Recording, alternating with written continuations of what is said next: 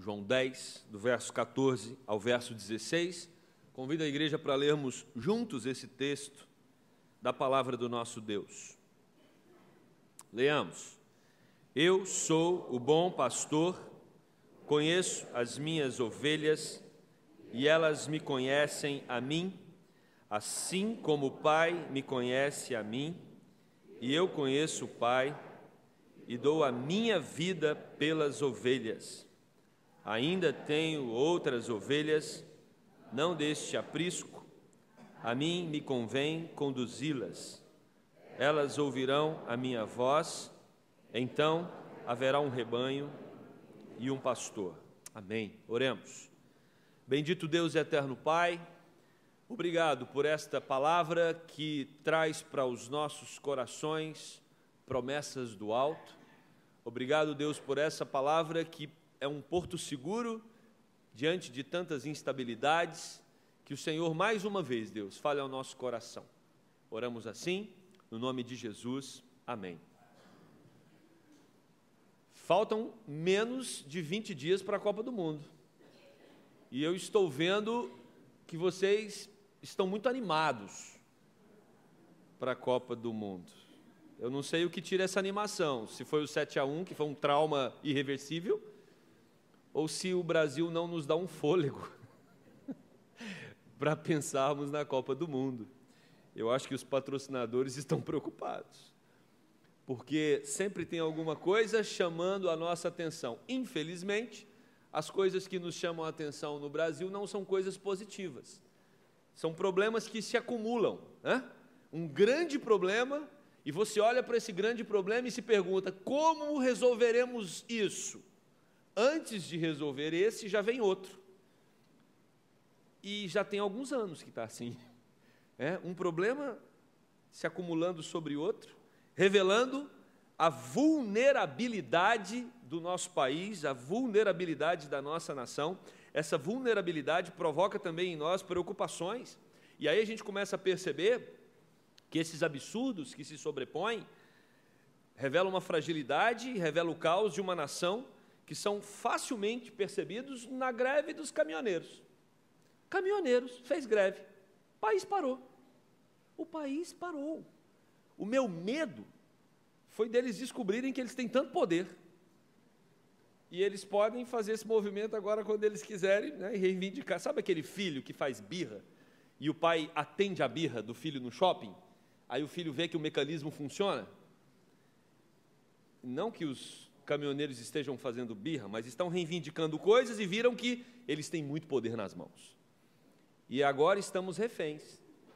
Quem comprou tomate comprou, quem não comprou vai ter que esperar.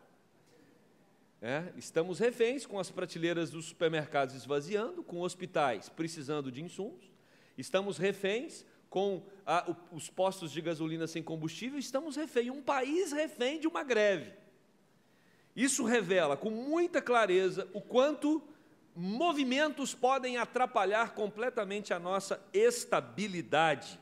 E, meus irmãos, quando nós olhamos para o texto que acabamos de ler, precisamos entender que naquela época as coisas não eram muito diferentes. Nós vivemos um período de instabilidade, de vulnerabilidade, mas o texto que está aqui diante de nós também foi um texto escrito num período de instabilidade, de vulnerabilidade, aonde o povo de Deus estava sob o jugo do Império Romano. O Império Romano também era implacável.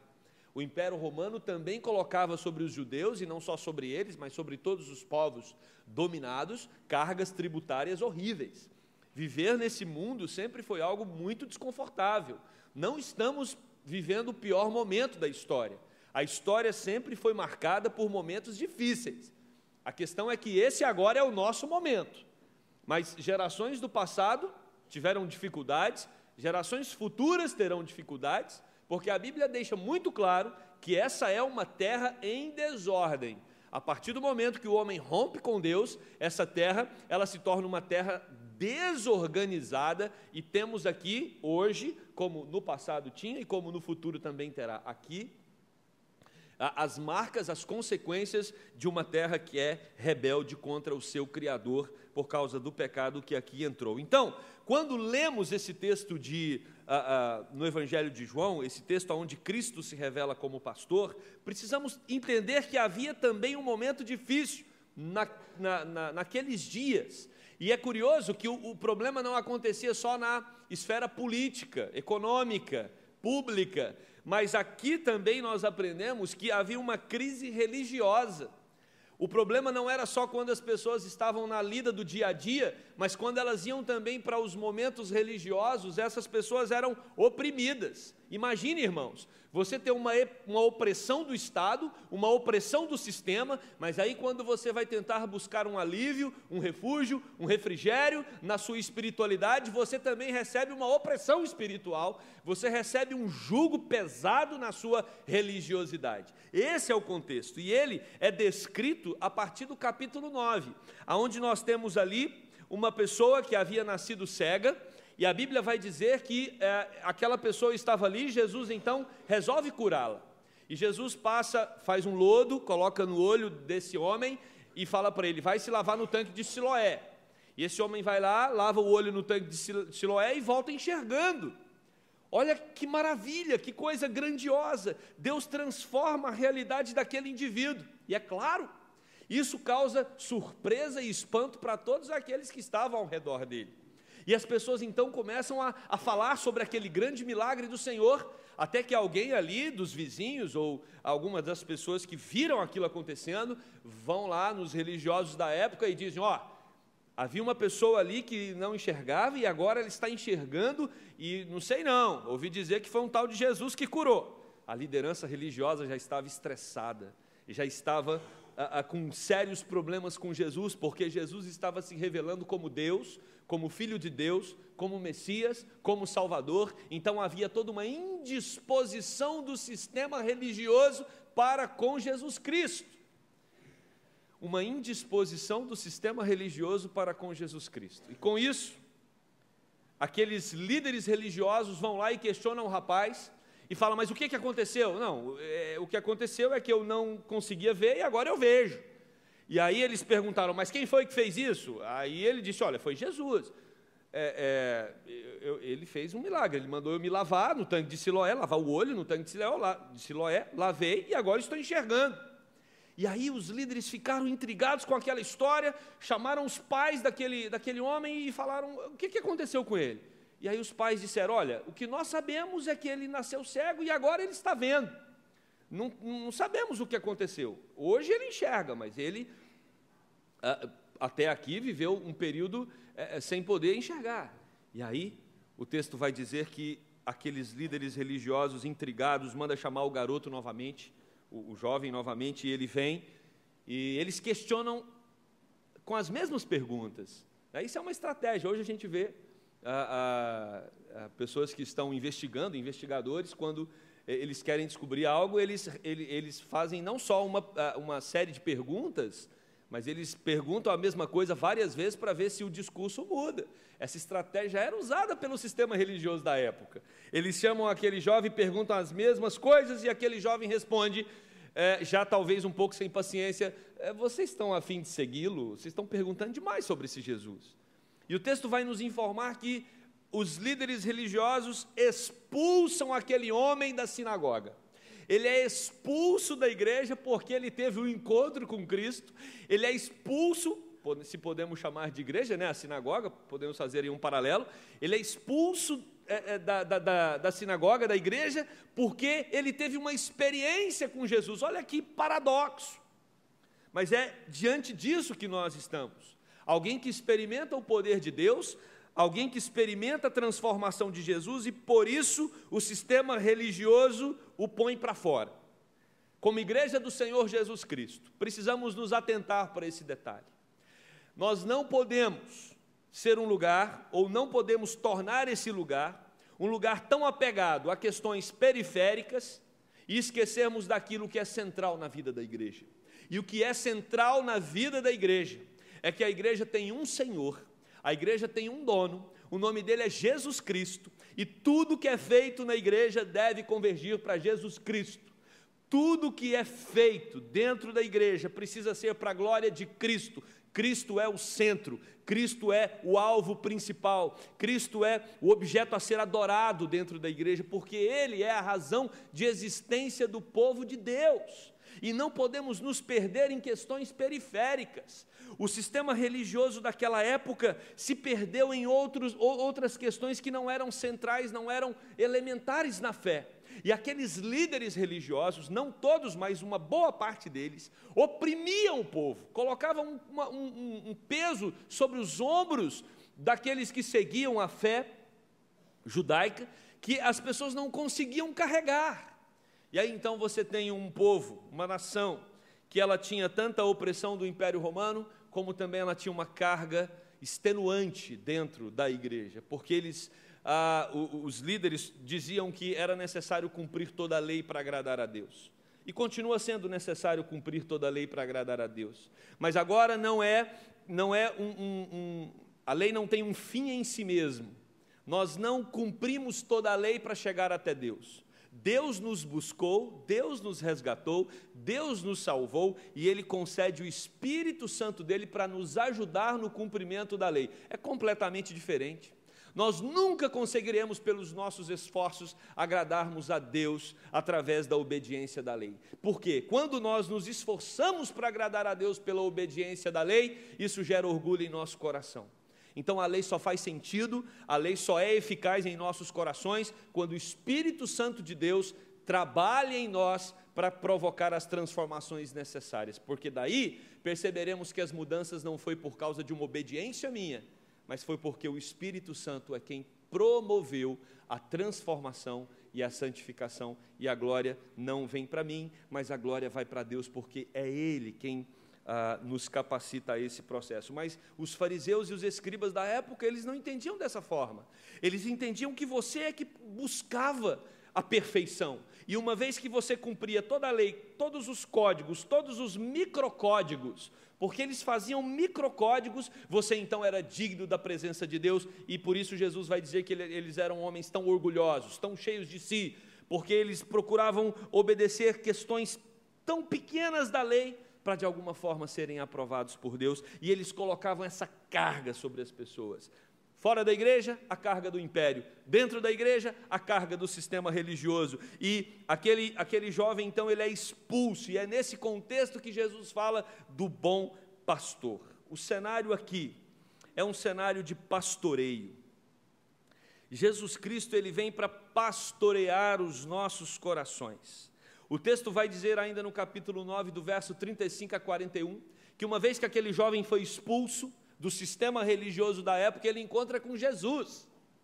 E Jesus então pergunta para ele se ele queria crer, se ele cria no Filho de Deus. O jovem diz: sim, eu creio que tu és o Filho de Deus. E Jesus então salva aquele homem e ele se torna um adorador.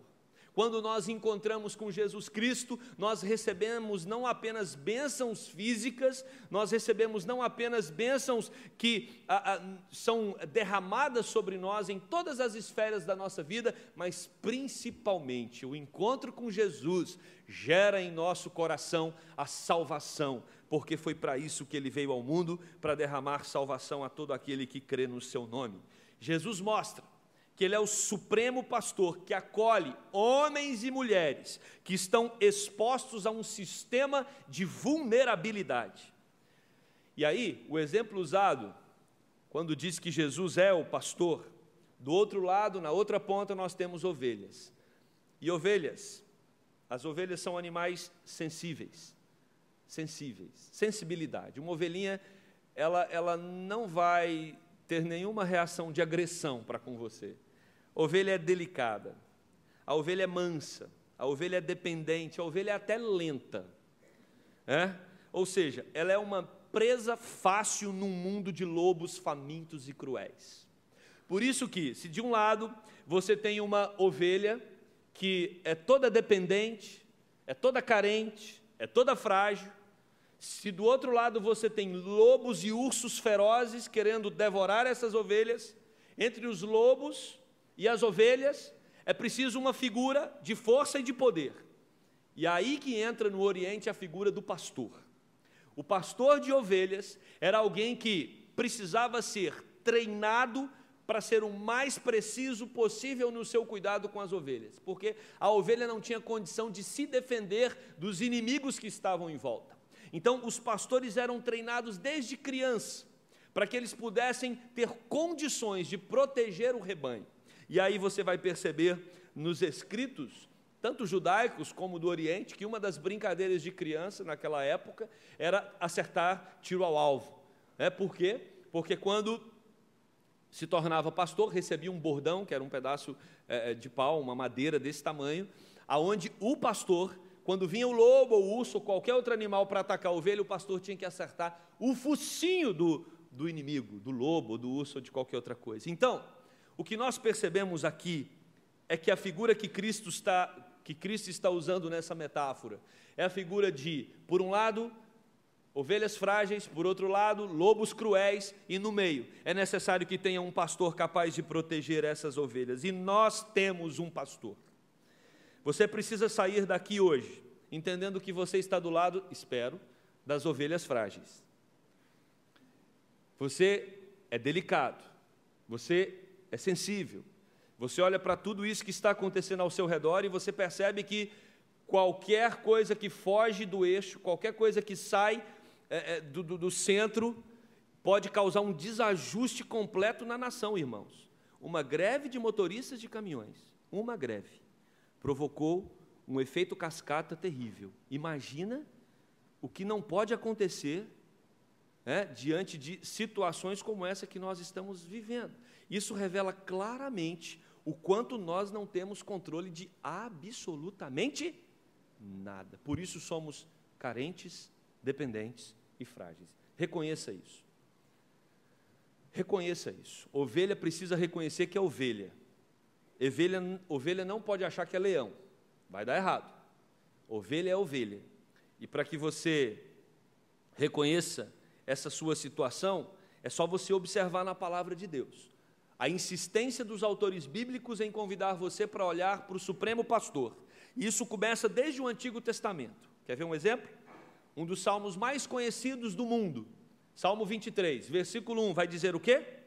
O Senhor é, e nada me faltará. O Senhor é o meu pastor, e nada me faltará. Aí você sai daqui hoje, convicto disso, que o Senhor é o seu pastor e nada te faltará, e você então passa no posto para abastecer e não tem combustível. Aí você diz lá para o frentista, abre e abastece, porque o Senhor é o meu pastor e não vai faltar combustível para mim. Não é isso que o texto quer dizer, viu, gente? Cuidado com as interpretações bíblicas. O que o texto quer dizer é, o Senhor é o meu pastor, por isso eu não preciso de mais nada, nem de combustível. Ok? Muda tudo na sua vida. Se eu tenho o Senhor como pastor, eu não preciso de mais nada na minha vida. Por isso que quando pedem para Jesus resumir os mandamentos, Jesus diz, ame ao Senhor de todo o teu coração, porque quem tem o Senhor de todo o seu coração não precisa de mais nada. Por isso que o apóstolo Paulo vai dizer, alegrai-vos no Senhor, porque quem tem Jesus como a fonte de alegria não precisa de entretenimentos menores para encher o seu coração de alegria e de paz. É nesta linha que o Salmo 23, versículo 1 trabalha. Se Deus é o nosso pastor, nós podemos descansar os nossos corações e darmos sempre graças a Ele, como diz o Salmo 79, 13, que escreve assim, quanto a nós, teu povo e ovelhas do teu pasto, para sempre te daremos graças. De geração em geração proclamaremos os teus louvores, porque quando o Senhor é o nosso pastor, nós somos saciados de todas as carências da nossa alma. Outro texto no Antigo Testamento que os comentaristas vão concordar que faz paralelo com João 10, é o texto do profeta Ezequiel, capítulo 34, quando surgem ali na nação de Israel falsos profetas, dizendo que Israel vai viver um momento de paz e de tranquilidade, enquanto o que vai acontecer na verdade é um momento de tribulação, de dificuldade, de exílio, porque o povo estava tomado por idolatria. E aí O profeta diz, escreve para a nação de Israel, no versículo 15 do capítulo 34 de Ezequiel: eu mesmo, diz o Senhor, apacentarei as minhas ovelhas e as farei repousar. O nosso coração precisa estar descansado no Supremo Pastor. Isaías capítulo 40, verso 11, vai mostrar exatamente esta condição de fragilidade que nós temos. Diz assim: como pastor, o Senhor apacentará o seu rebanho, entre os seus braços recolherá os cordeirinhos e os levará no seio. As que amamentam, ele guiará mansamente. É assim que Deus cuida do seu povo, é assim que Deus cuida de você. Ainda no capítulo 34 de Ezequiel, verso 23, o texto diz que suscitará um filho de Davi, uma referência ao Messias, e ele será o único pastor, e ele apacentará o seu povo, e suprirá todas as necessidades do seu povo. Chegou então, irmãos, o tempo da manifestação do Supremo Pastor. Jesus Cristo é o pastor dos nossos corações. Mas aí você pergunta, ok, Jesus é o pastor, mas quem ele é na verdade? Esse texto vai nos responder. O texto de João capítulo 10, verso 14, quando ele começa dizendo: eu sou o bom pastor. Eu sou o bom pastor. Vamos começar com a expressão eu sou. Essa expressão é muito usada no Evangelho de João, porque o apóstolo João, ele quer linkar a figura do Jesus, do Filho de Deus, com a figura do próprio Deus, lá no livro de Êxodo, quando Deus levanta Moisés para guiar o povo, e Moisés diz: ok, Senhor, eu vou até Faraó, e quando eu chegar diante do Faraó, quem eu digo que me enviou? O que Deus responde para Moisés? Diz que eu sou. Quando João usa quando João mostra Jesus falando, né, eu sou, nós precisamos identificar Jesus com o eu sou do Antigo Testamento, um Deus forte, um Deus poderoso, um Deus que transforma qualquer realidade, um Deus que sustenta o seu povo no meio do caos, um Deus que diz para mim e para você: fique tranquilo, porque eu sou o mesmo Deus que guiou e que sustentou o povo por 40 anos num deserto. Esse Deus nos convida agora a descansar nele, porque ele é o mesmo. Meus irmãos, esse é o nosso momento, essa é a nossa geração, e eu sei que muitos que estão aqui hoje, talvez estejam passando por problemas que não têm a ver com a falta de gasolina, que não tem a ver com a paralisação da greve dos motoristas de caminhões, mas que são problemas pessoais, individuais. E o que Deus também tem para dizer para você é que Ele se interessa pelo seu problema, pela sua vida. Ele é o grande Deus, e eu e você precisamos tranquilizar o nosso coração, porque Ele é Deus que liberta os encarcerados, Ele é Deus que cuida das suas ovelhas, e Ele é Deus que sustenta o seu povo. Por isso, nós temos apenas uma saída: descansarmos nesse Deus e crermos que Ele vai cuidar de nós, independente das circunstâncias e das situações. Mas o texto diz mais: quem é Ele? Ele é o eu sou, mas o eu sou é o bom pastor. E aí a gente precisa grifar o termo bom. Ele é bom, Deus é bom, Deus é bom. Quando você absorve esse ponto da teologia, a bondade de Deus, tudo muda na sua vida. Tudo muda na sua vida. Deus é bom. Alguém pode questionar: mas se Deus é bom, por que eu estou atravessando o problema? Você está atravessando o problema porque Deus é bom. Porque Deus está permitindo esse problema, porque Deus tem propósito nesse problema. E pode ficar tranquilo que Ele vai revelar para você qual é o propósito que Ele tem nas adversidades que muitas vezes nós atravessamos. Acabamos de cantar. Eu me lembro de um pastor que disse: a gente precisa ter mais medo dos cânticos, porque nos cânticos a gente afirma coisas que talvez nós não estejamos dispostos a viver. Acabamos de cantar: cada vez que a minha fé é provada, tu me dás a chance de crescer um pouco mais. Não foi? Então você quer ser provado? Quer, né? Você cantou. Tu me dás a chance de ficar mais perto do Senhor. Ué, então a matemática é simples, mais provação, mais perto de Deus. Deus manda provação. Não precisa. Não precisa pedir pela provação, que ela vai vir de qualquer forma. A gente enfrenta problemas, você não precisa pedir para que eles venham, eles vão aparecer de alguma forma. Agora a gente tem que olhar para esses problemas e entendê-los não como um obstáculo para buscarmos a Deus, mas como uma oportunidade para nós conhecermos o poder de Deus, o cuidado, o sustento de Deus. Em vez de olhar para o tamanho da sua adversidade, do seu problema, comece a contemplar como eu sou se manifesta na sua vida.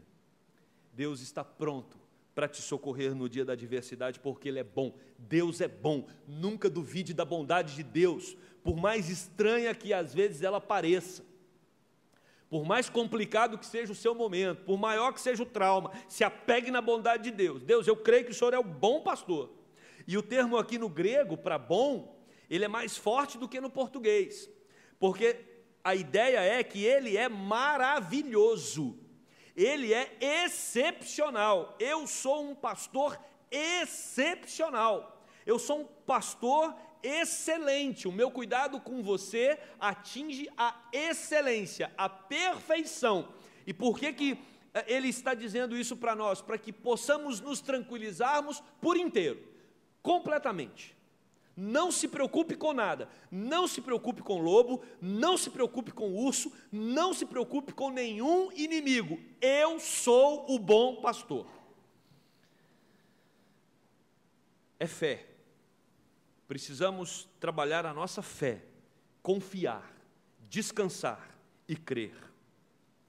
O bom pastor está atento às suas necessidades, aos riscos e aos perigos que as ovelhas atravessam.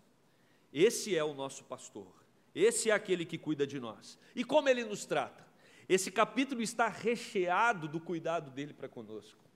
A gente começa a perceber isso já no versículo de número 1, e a gente vê como esse pastor é um pastor que está preocupado com a nossa proteção e com as nossas necessidades. Ele é aquele pastor que deseja ter para conosco um relacionamento amoroso. Ele te ama. É por isso que Ele é um bom pastor, porque Ele se importa com você. Você tem valor para Ele, sim. E quando nós pensamos no valor que nós temos para Deus, isso muda também tudo na nossa vida. Vivemos uma geração que algumas coisas podem mexer com a nossa autoestima. Às vezes nos sentimos muito menos por coisas pequenas. Por isso que o Evangelho é tão poderoso, porque o Evangelho faz você perceber o valor que você tem. E o valor que você tem é valor de sangue. O sangue de Jesus foi derramado para que você fosse comprado e para que você pertencesse a Ele. Então, quando você estiver assim um pouco desanimado por causa do seu cabelo, meu cabelo podia ser mais bonitinho, ou podia ter um pouco mais,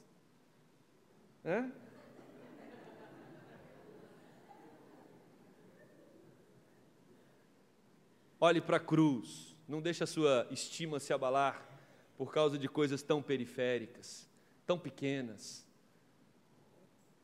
Você é um objeto de amor, Deus te ama e Ele prova esse amor dEle para conosco ao entregar seu único Filho Jesus Cristo para dizer: vem aqui que eu vou cuidar de você, eu te protejo, eu sou o bom pastor. E o texto vai dizer que esse relacionamento pastor e ovelha é um relacionamento pautado no amor, mas um amor aonde Ele nos chama pelo nome. Não tem coisa melhor do que ser chamado pelo nome. E aqui eu vou contar uma experiência pessoal, me dê licença. Eu conheci a Isabela porque ela me chamou pelo nome. Só que ela pensava que eu era outro.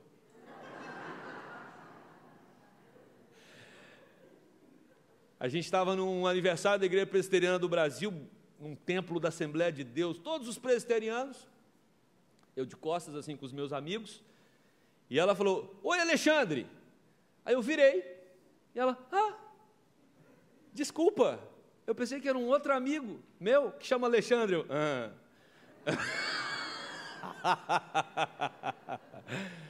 Prazer, né? Prazer, e esse já tem o quê? Uns 25 anos que isso aconteceu. Chama pelo nome. Ele te chama pelo nome. Ele é o bom pastor que sabe das suas necessidades. Ele fala com você pessoalmente. Ele não te chama de moço, moça, senhora, fulano, beltrano. Não! Ele te chama pelo nome porque ele tem intimidade com você. Jesus Cristo sabe quais são as suas carências, os seus problemas, as suas angústias, e até aquelas que nem o seu cônjuge sabe, até aquelas que nem os seus filhos sabem, e nem seus pais também sabem, aquelas questões da alma, as mais profundas, que você não tem com quem compartilhar. Jesus sussurra no seu ouvido com a doce voz dele, dizendo: filho, ele fala o seu nome e ele diz: eu estou aqui, eu sou o bom pastor, eu posso te ajudar, eu posso mudar a sua realidade.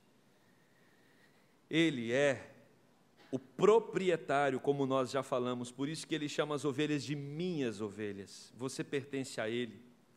Ele conhece cada uma das suas ovelhas intimamente, são ovelhas dele. Ele vai adiante das suas ovelhas, diferente do Ocidente, onde geralmente o hábito, tanto com ovelhas como com outros animais, como gado, no Ocidente se toca o gado, né? O peão ou o pastor de ovelhas, ele vai atrás tocando o rebanho. Aqui não. Aqui no Oriente o pastor ia na frente. Ele ia na frente porque a ovelha sentia o cheiro do pastor. A ovelha ouvia a voz do pastor. A ovelha guiava o pastor, o pastor guiava a ovelha, e a ovelha tinha plena segurança na direção que o pastor dava para a sua vida. Você tem tido plena segurança no seu pastor, que é Jesus Cristo?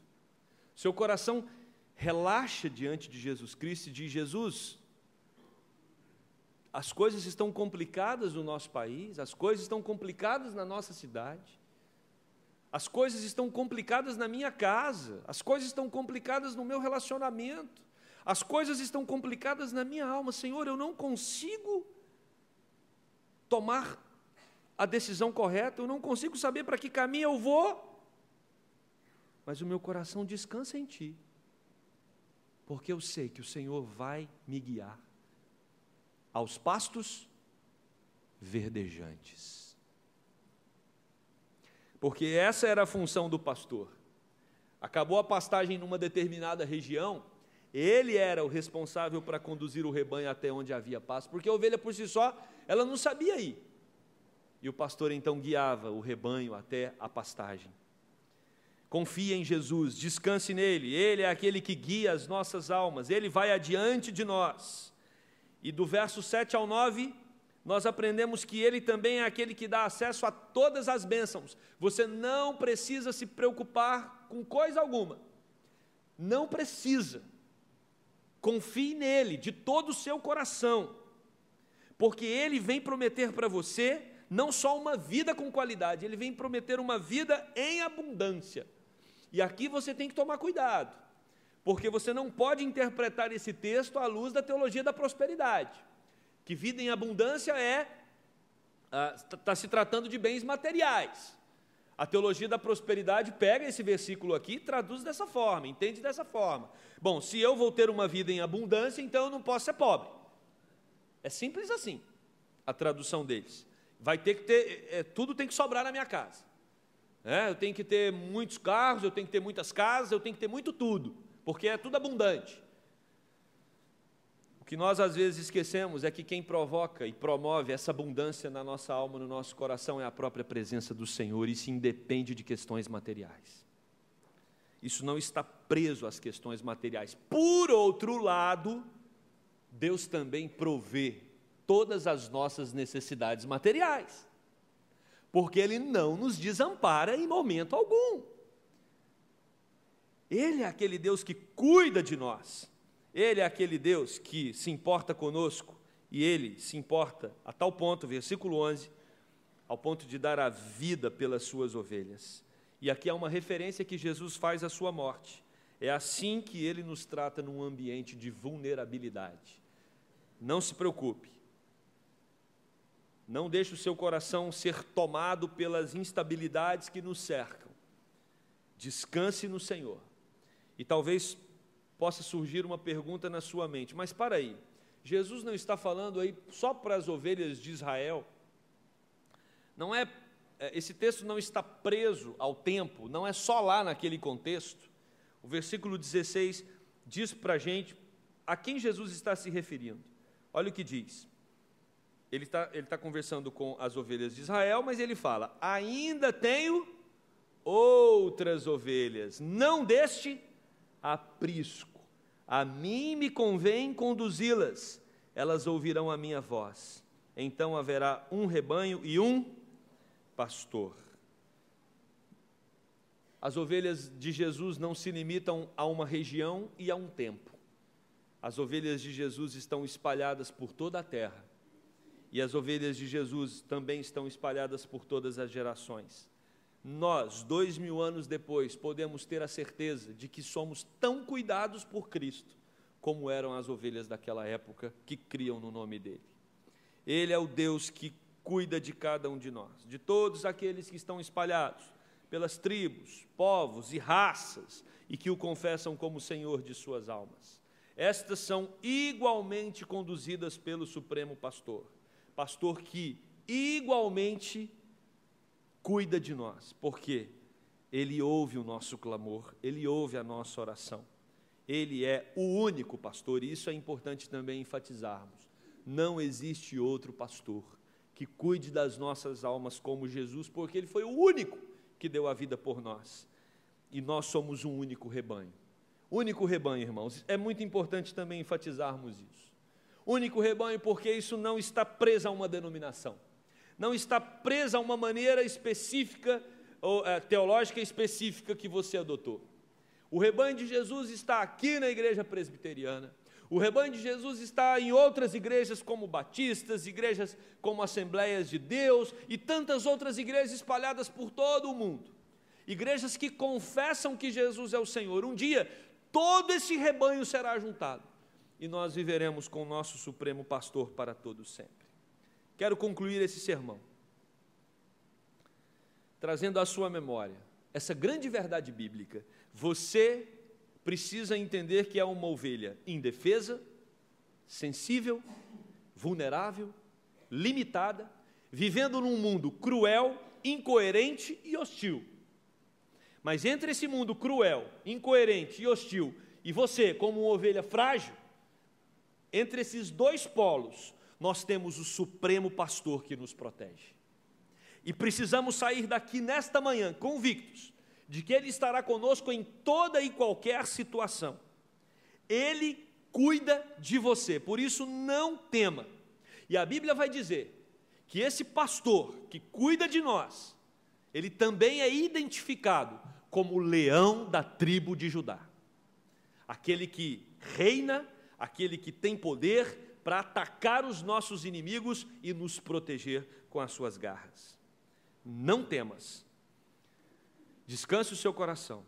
Ele conhece você, os seus medos, as suas inseguranças, as suas preocupações, as suas frustrações, as suas incapacidades, a sua impotência, o seu cansaço, a sua crise, o seu desespero, a sua dor, a sua enfermidade, ou seja, Ele conhece os monstros que alimentam a sua alma, os monstros que estão cercando você.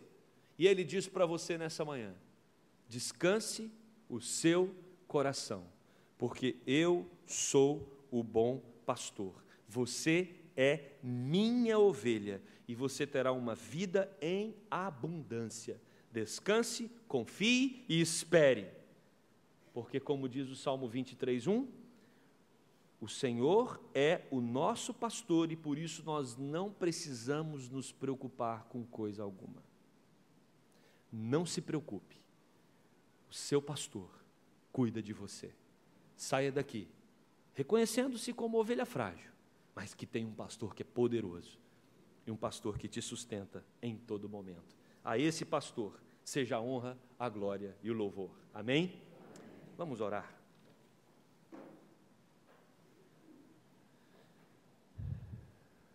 Quero te fazer uma pergunta.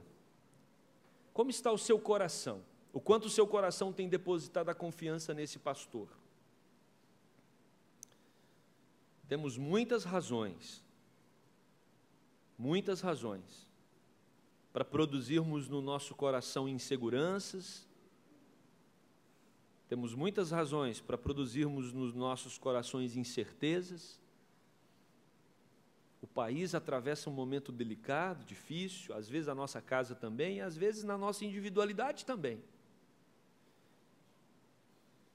Mas o Supremo Pastor sussurra no seu ouvido nessa manhã dizendo: eu cuido de você, eu sou o bom pastor, eu dou a vida pelas minhas ovelhas.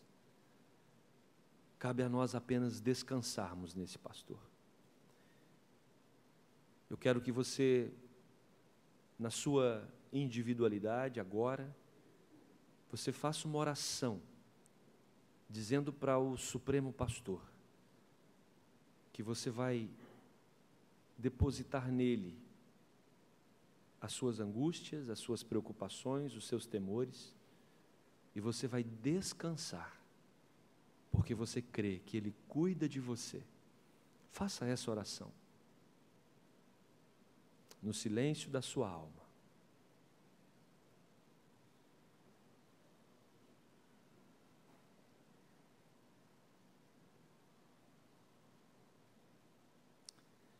Querido Deus, nos ajude a identificar quão frágeis somos, nos ajude a perceber